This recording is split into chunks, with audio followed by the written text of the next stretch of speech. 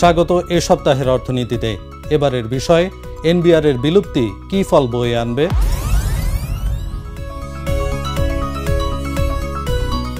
বিলুপ্ত হয়ে গেল জাতীয় রাজস্ব বোর্ড বা এনবিআর। মঙ্গলবার মধ্যরাতে বর্তমান অন্তর্বর্তী সরকার অধ্যাদেশ জারি করে বিলুপ্ত করেছে 50 বছরেরও বেশি সময়ের প্রতিষ্ঠান এনবিআর। এনবিআর ভেঙে রাজস্ব নীতি ও রাজস্ব ব্যবস্থাপনা নামে দুটি বিভাগ সৃষ্টি করা হয়েছে। রাজস্ব খাত এখন থেকে রাজস্ব নীতি বিভাগ ও রাজস্ব ব্যবস্থাপনা বিভাগ এই দুই ভাগে পরিচালিত হবে। অধ্যাদেশ শুধু রাজস্ব নীতি বিভাগের কার্যপরিধিতে সামান্য পরিবর্তন আনা হয়েছে। রাজস্ব ব্যবস্থাপনা বিভাগের প্রশাসনিক পদগুলো প্রশাসন ক্যাডার কর্মকর্তাদের পাশাপাশি আয়কর ও কাস্টমস ক্যাডারের কর্মকর্তাদের রাখা হয়েছে। অধ্যাদেশে বলা হয়েছে, রাজস্ব নীতি বিভাগ কর আইন প্রয়োগ ও কর আদায় পরিস্থিতি পর্যবেক্ষণ করবে। রাজস্ব সংগ্রহের মূল কাজ করবে রাজস্ব ব্যবস্থাপনা বিভাগ।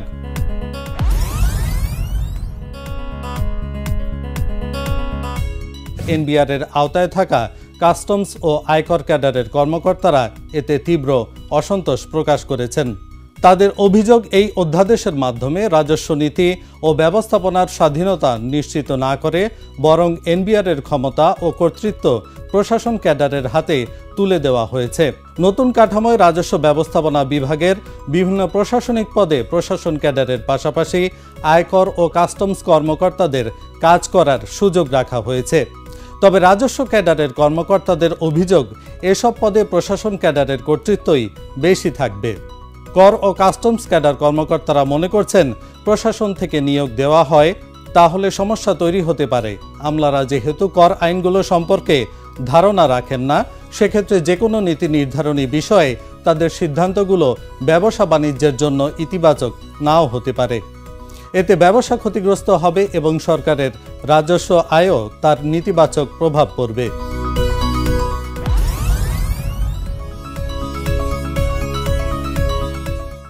অধ্যাদেশে রাজস্ব নীতি ও ব্যবস্থাপনা এই দুই বিভাগেই প্রধান হিসেবে রাজস্ব ক্যাডার বহির্ভূত প্রশাসন ক্যাডার থেকে নিয়োগ দেওয়ার বিধান রাখা হয়েছে।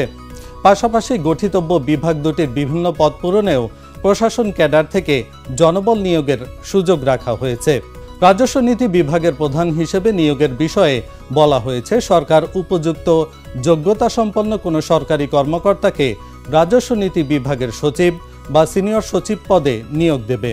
অন্যদিকে রাজস্ব ব্যবস্থাপনা বিভাগের প্রধান হিসেবে নিয়োগের ক্ষেত্রে সরকারের রাজস্ব আহরণ সংক্রান্ত কাজে অভিজ্ঞতা সম্পন্ন যোগ্য সরকারি কর্মচারীকে সচিব বা সিনিয়র সচিব পদে অগ্রাধিকার দেওয়া হবে।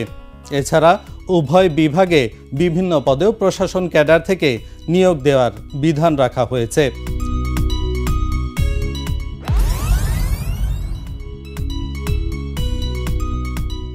দুটি পৃথক বিভাগ গঠনের পর অনেক সংঘাত নিরসন হবে, কিন্তু তাদের কাজের সমন্বয় হবে কিভাবে তা নিয়ে ভাবনা আছে। প্রশাসন ক্যাডারদের নিয়োগ দেওয়ার বিধান থাকায় পেশাদার লোকের পরিবর্তে অপেশাদার লোকদের দিয়ে নীতি নির্ধারণ ও বাস্তবায়ন করার সুযোগ সৃষ্টি হয়েছে বলে মনে করছেন সংশ্লিষ্টরা। রাজস্ব ব্যবস্থার বাইরের লোক নিয়োগ দেওয়া হলে সমন্বয়ের ক্ষেত্রে একটা সংকট তৈরি হওয়ার আশঙ্কা আছে। যেহেতু এখন দুটি পৃথক বিভাগ হচ্ছে এবং এদের বিশেষায়িত বিভাগ হিসেবে গড়ে তোলা হবে, সেক্ষেত্রে বিশেষায়িত জ্ঞান যাদের রয়েছে তাদেরই যত বেশি সম্ভব সম্পৃক্ত রাখার কথা বেশি বলা হচ্ছে। রাজস্ব নীতি প্রণয়ন ও বাস্তবায়নে যারা অভিজ্ঞ তাদের নেতৃত্বেই বিভাগ দুটি পরিচালিত হলে সমন্বয় নিয়ে সমস্যা হবে না বলে মনে করা হচ্ছে।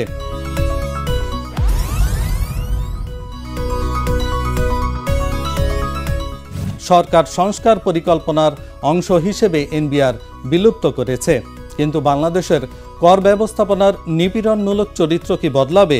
দেশের কর ব্যবস্থাপনায় বকেশির নজর ভ্যাট সহ পরোক্ষ কর বাড়ানোর দিকে। এই ব্যবস্থা দরিদ্র বিরোধী ধনিক শ্রেণী বান্ধব। রাজস্ব আয়ে পরোক্ষ করের অবদান এরই মধ্যে 70 থেকে 80% হয়ে গেছে। দুটি বিভাগ করায় এখন নীতি প্রণয়ন এবং বাস্তবায়ন এক হাতে না হয়ে দুই হাতে যাচ্ছে। পরোক্ষ এবং প্রত্যক্ষ কর প্রশাসন আলাদা করতে পারলে নিবর্তন কমতে পারে। অনেক দিন ধরেই বলা হচ্ছে কর প্রশাসনের দক্ষতা বাড়াতে হবে, করের ভিত্তিকে বদলাতে হবে এবং করের অনুপাত জিডিপির 20% নিয়ে যেতে হবে, যা বর্তমান বছরের বাজেটে জিডিপির 14.20%।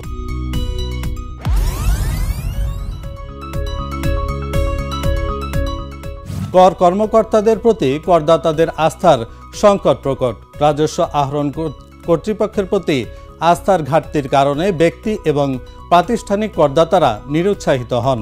রিটার্ন দাখিলে সম্পদের তথ্য ঘোষণার ক্ষেত্রে অনেকে হয়রানির শিকার হন। দেখা গেছে যে কোম্পানি বা ব্যক্তি নিয়মিত কর দিচ্ছে তাদের ওপরই বারবার চেপে বসছে এনবিআর। যারা ফাঁকি দিচ্ছে তারা নিরাপদ থাকছে। কর প্রশাসন দুর্নীতিমুক্ত করা গেলে মানুষ কর দিতে স্বপ্রণোদিত হবে।